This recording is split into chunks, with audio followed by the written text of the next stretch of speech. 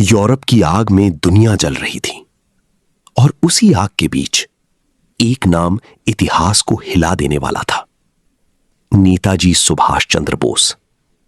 और दूसरी तरफ एडोल्फ हिटलर। एक कमरे के अंदर दो अलग दुनिया के सपने टकराने वाले थे, लेकिन सवाल यह नहीं था कि वे मिले या नहीं।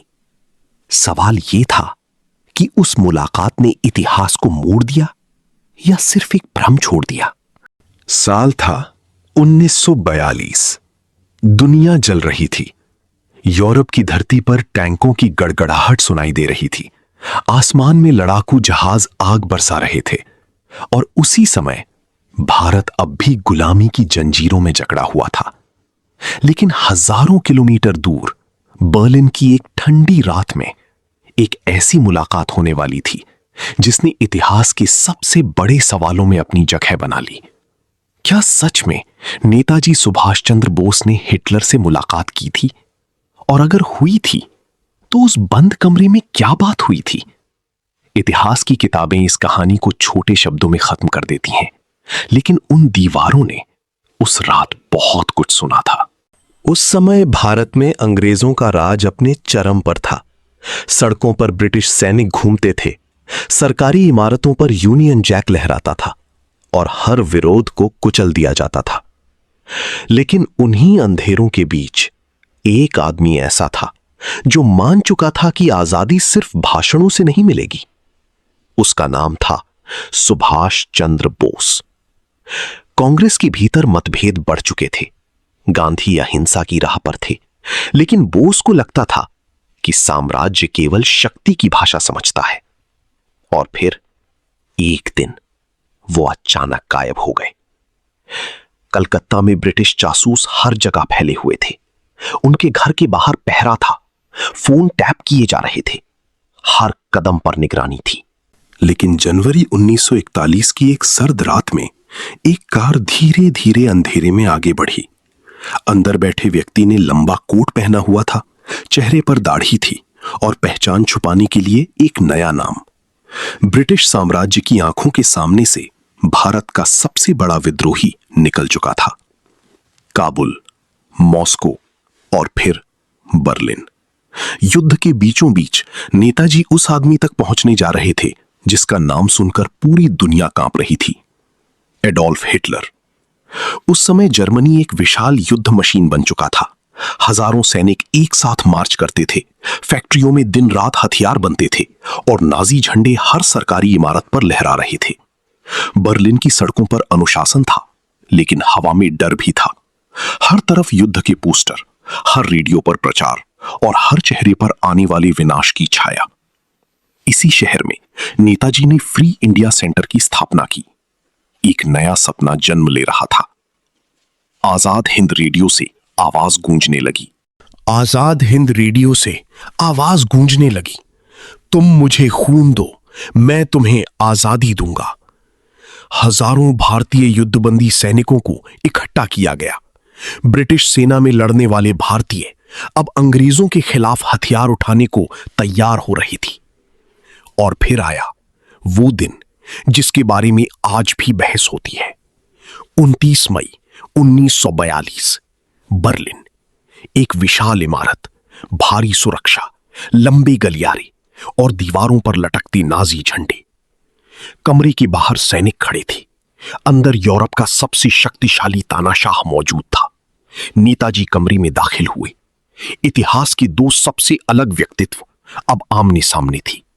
एक तरफ हिटलर जो दुनिया जीतना चाहता था, दूसरी तरफ बोस जो अपना देश आजाद कराना चाहती थी। कमरे में बातचीत शुरू हुई। नेताजी ने साफ कहा, भारत की आजादी के लिए जर्मनी को समर्थन देना होगा। नेताजी ने साफ कहा, भारत की आजादी के लिए जर्मनी को समर्थन देना होगा। उन्होंने उम्मीद की थी कि जर्मन सेना भारत की सीमाओं तक पहुंचने में मदद करेगी, लेकिन कहानी उतनी सीधी नहीं थी। हिटलर की प्राथमिकता यूरोप था। उसकी नजर रूस, ब्रिटेन और फ्रांस पर थी। भारत उसके लिए सिर्फ ब्रिटिश साम्राज्य को कमजोर करने का एक मोहरा था। इतिहासकारों के अनुसार उस मुलाकात में हिटलर ने भारत के लोगों को लेकर अपमानजनक टिप्पणियां भी की थीं। कमरे का माहौल बदल चुका था। नेताजी समझ गए थे कि यह गठबंधन बराबरी का नहीं है, लेकिन उस समय दुश्मन का दुश्मन एक अवसर बन चुका था। युद्ध की राजनीति में नैतिकता अक्सर धुंधली हो जाती है, और फिर भी नेताजी पीछे नहीं हटे, क्योंकि उनके सामने सिर्फ एक लक्ष्य था, भारत की आजादी। उस समय दुनिया के नक्शे पर ब्रिटिश साम्राज्य सबसे बड़ी ताकतों में से एक था। सीधे युद्ध में उसे हराना लगभग असंभव माना जाता था। एक पनडुब्बी समुद्र के हजारों फीट नीचे मौत के सन्नाटे के बीच आगे बढ़ रही थी। नेताजी उस पनडुब्बी में सवार थे, इतिहास के सबसे खतरनाक सफरों में से एक। समुद्र के नीचे, जहां हर पल दुश्मन जहाजों का खतरा था, जहां एक छोटी गलती सीधे मौत में बदल सकती थी। लेकिन सफर जारी रहा, और फिर दक्षिण पूर्व एशिया में आजाद हिंद फौज ने नया रूप लिया। हजारों भारतीय सैनिक एक नए झंडे के नीचे खड़े थे। दिल्ली चलो, यह सिर्फ नारा नहीं था, यह गुलामी के खिलाफ युद्ध का ऐलान था। लेकिन कहानी यहां खत्म नहीं होती। दूसरा विश्व युद्ध बदल रहा था। हिटलर की सेना पीछे हटने लगी, बर्लिन टूट रहा था, नाजी साम्राज्य बिखर रहा था। और फिर 1945, एक बंकर के अंदर हिटलर का अंत हो गया। जिस आदमी ने दुनिया जीतने का सपना देखा था, उसका साम्राज्य राख में बदल चुका था। लेकिन नेताजी की कहानी भी रहस्य में डूब गई। ताइवान के आसमान में विमान दुर्घटना की खबर आई, और उसके बाद सवाल शुरू हुए। क्या नेताजी सच में उस हादसे में मारे गए, या कहानी कहीं और चली गई?